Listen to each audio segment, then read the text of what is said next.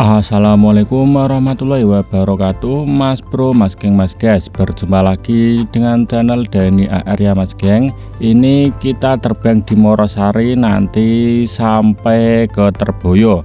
Ini hari Minggu tanggal 8 Juni 2025 Mas Geng. Ini kita terbang sekitar jam 10 pagi ya. Cuacanya sangat cerah hari ini.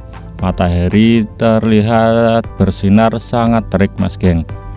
Begitu juga dengan proses pembangunan tanggul laut plus jalan tol Semarang Demak seksi 1 di area Morosari ini.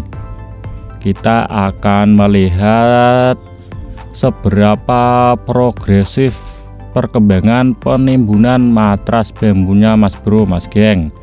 Ini kita terbang dari Morosari atau dari jalan akses menuju makam Syekh Abdullah Mudzakkir.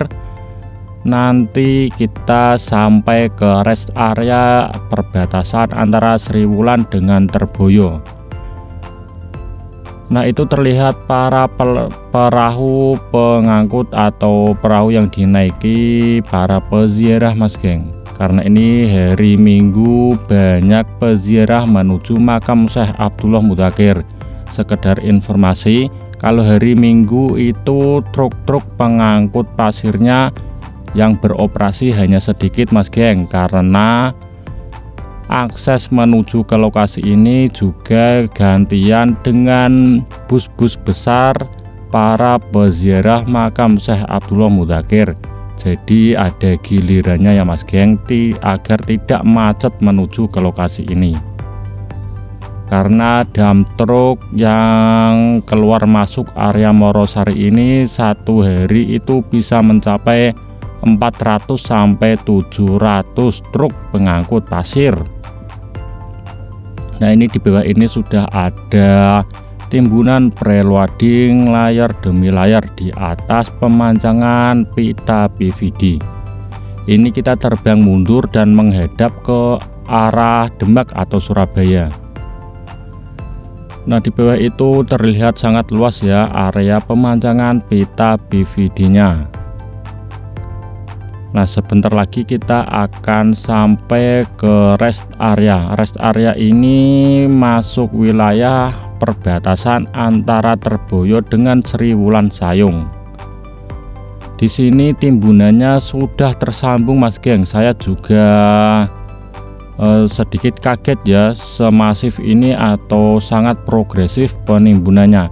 Ini arahnya kemarin dari Terboyo menuju Morosari, karena akses yang paling mudah itu dari kawasan industri Terboyo Mas Geng.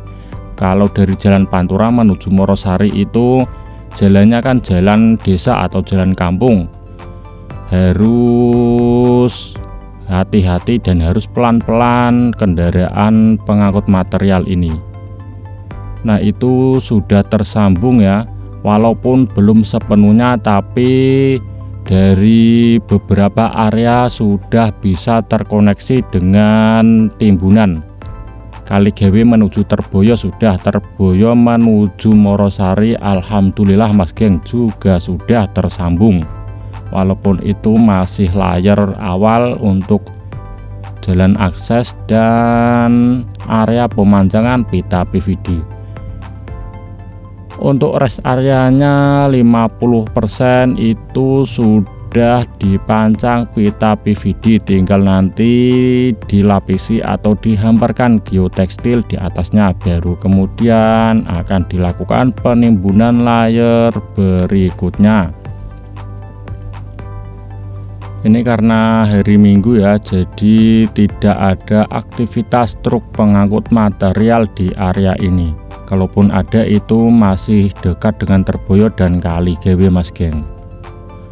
Tapi kalau hari-hari kerja biasa, tiap pagi ada ratusan truk yang mengantri untuk membongkar pasir di area sekitaran sini Mas Geng, atau di area proyek tol Semarang Demak seksi 1.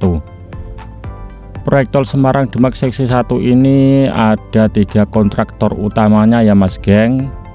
Di area Kaligawe itu yang mengerjakan adalah PT Wika. Untuk yang Terboyo ini ada PT PP atau Pembangunan Perumahan, dan yang di Sayung atau di Morosari itu area kerjanya CRBC, perusahaan dari Beijing, Cina Mas Bro.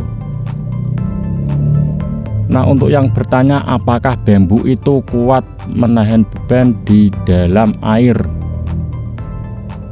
jawabannya adalah kuat ya Mas Geng, karena serat bambu itu sudah teruji kekuatannya atau kekuatan tariknya di dalam air. Jika dibandingkan dengan serat baja itu lebih kuat serat bambu. Karena kalau baja yang terkena air asin atau air laut itu akan keropos ya Mas Geng, atau mengalami karat korosi.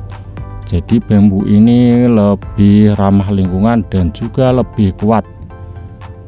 Kenapa bambu ini tidak membusuk di dalam air atau di bawah lumpur? Karena faktor pembusukan itu salah satu faktornya adalah udara ya Mas Bro, udara, oksigen, dan juga cuaca. Perubahan cuaca dari panas hujan atau dingin itu mempengaruhi kecepatan dalam proses pelapukan atau pembusukan matras bambu. Karena ini matras bambunya akan seluruhnya berada di bawah lumpur dan di bawah air, jadi bisa dipastikan atau sudah dipastikan aman dan mampu menahan tekanan dan juga menahan beban timbunan. Karena pada dasarnya matras bambu itu hanya digunakan untuk penyalur beban agar lebih merata ke area yang lebih luas.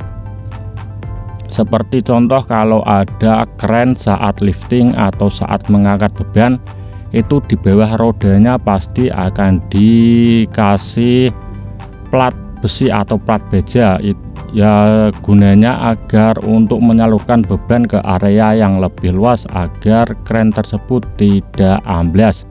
Begitu juga fungsinya pada matras bambu ini Mas Bro.